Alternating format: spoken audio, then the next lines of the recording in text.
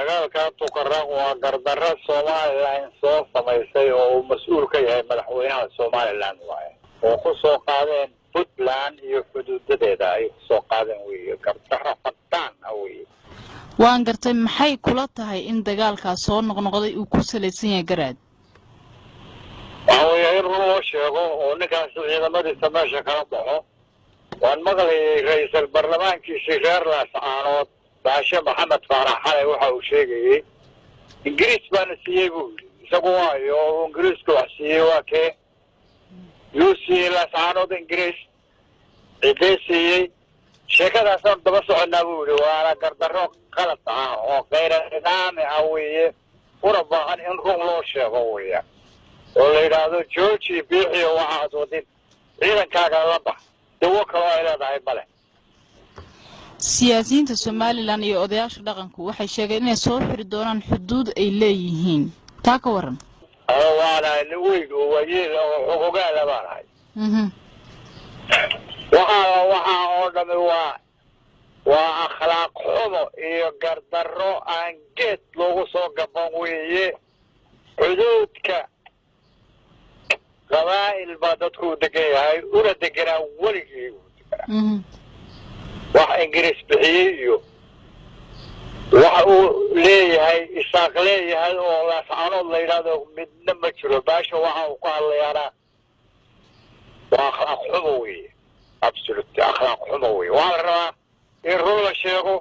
cidii gardarradeeda loo sheego waad gardaran tahay laakiin xagga jeedi beerka jeedi hayda jeedi dhexdhexaadka ka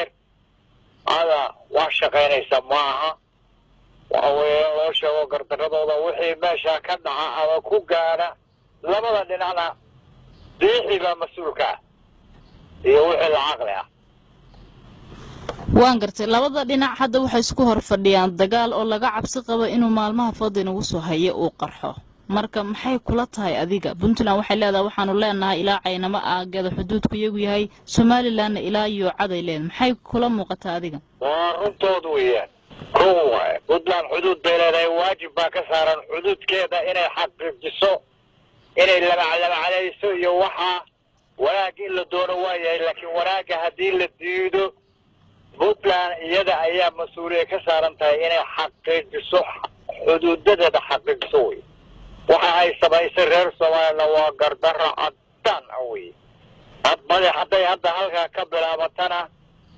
waxa weeye iyaga iskale dembiga iskale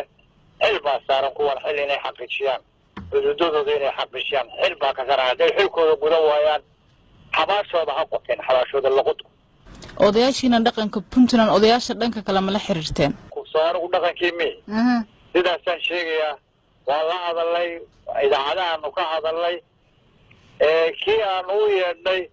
oo loo yeeday oo ka soo dhaqanka ka soo qayb galay halkan meeshan nagu dhaw boosaaso ku dhaw armo la yiraahdo calaama saarkii dhaqanka ka soo qayb galay waa la xiray oo la xukumay oo 5 sanadood lagu xukumay oo Somaliland meel ka dhacay baa la yiri ciidamada hal kala raro حاجة لقى ما نفسه حاجة سالك سدودي كان على ما ده لك واحد كبر وكبر عن مال السلخ كوهي هو عقل حماه السلخ كوهي هو